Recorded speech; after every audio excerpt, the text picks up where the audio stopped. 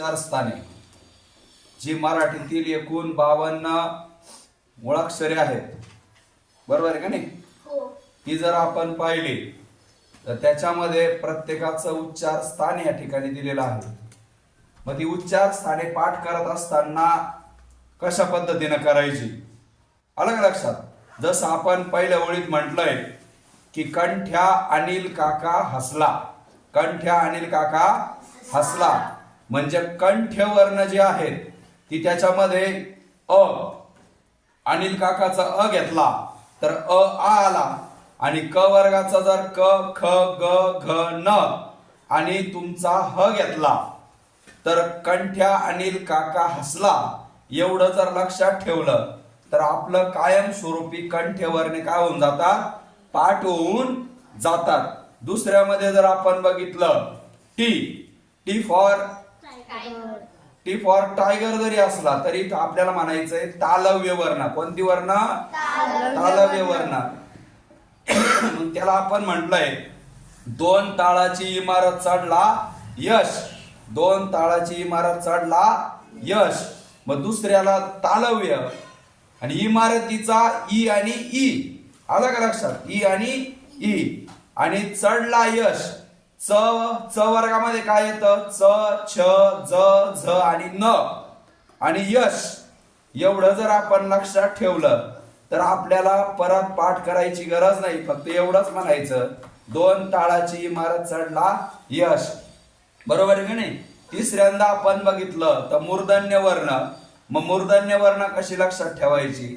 मूर्धन्य ऋषीने टरबूज रसळ आणले, आलं लक्षात? म्हणजे मूर्धन्य वर्ण त्याच्यामध्ये ऋषीचा ऋ आणि टरबूजचा ट वर्गाचा ट ठ ड ड न आणि त्याच्यानंतर तुमचं र ष षटकोनाचा श आणि ळ रसळ.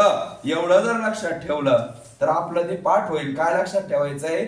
मूर्धन्य ऋषीने टरबूज रसळ आणले, आलं लक्षात? त्याच्यानंतर पुढचा आला तुमचा दंत्य.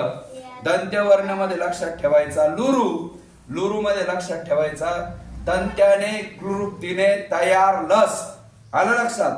मग लुरू, लुरू नंतर त चा वर्ग त थ द ध न, आलं का लक्षात? आणि ल स एवढं जर लक्षात ठेवलं तर याच्यामध्ये मूर्धन्य वर्ण येतात तुमची.